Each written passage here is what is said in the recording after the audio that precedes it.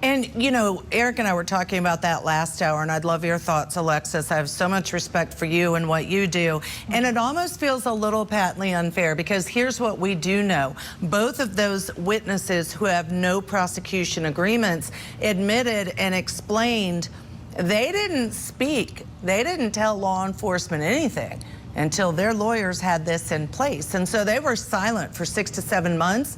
They had lawyers from the get-go, and as soon as they got the lawyers, then they got the deal, and then they shared what they knew. So it almost feels like maybe law enforcement should have gotten a proffer or said, we need to know what you know before we actually give you this deal.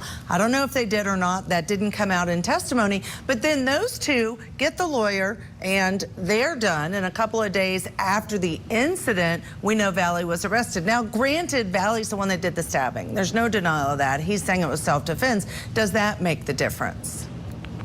To me, I agree with you, Judge Ashley. It seems extremely unfair that you have this group of boys, they're out drinking, they're young. Remember, they were 16 at the time.